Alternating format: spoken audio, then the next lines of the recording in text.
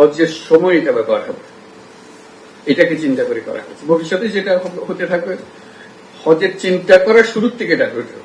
হজে এখনো যাচ্ছি না, কিচ্ছু করিনি, কিন্তু হজের ব্যাপারে চিন্তা করছি। এই চিন্তার থেকে শুরু হবে যে আমার কি কি করণীয়, আমার কোথায় করতে হবে, কোথায় আবেদন করতে হবে, কার কাছে যেতে হবে, ইত্যাদি থেকে শুরু হয়ে যাবে। যে কোনো ব্যক্তি এবছর হজের জন্য যেতে হবে, সামনের বছর চিন্তা করতে পারে, পরের বছর চিন্তা করতে পারে।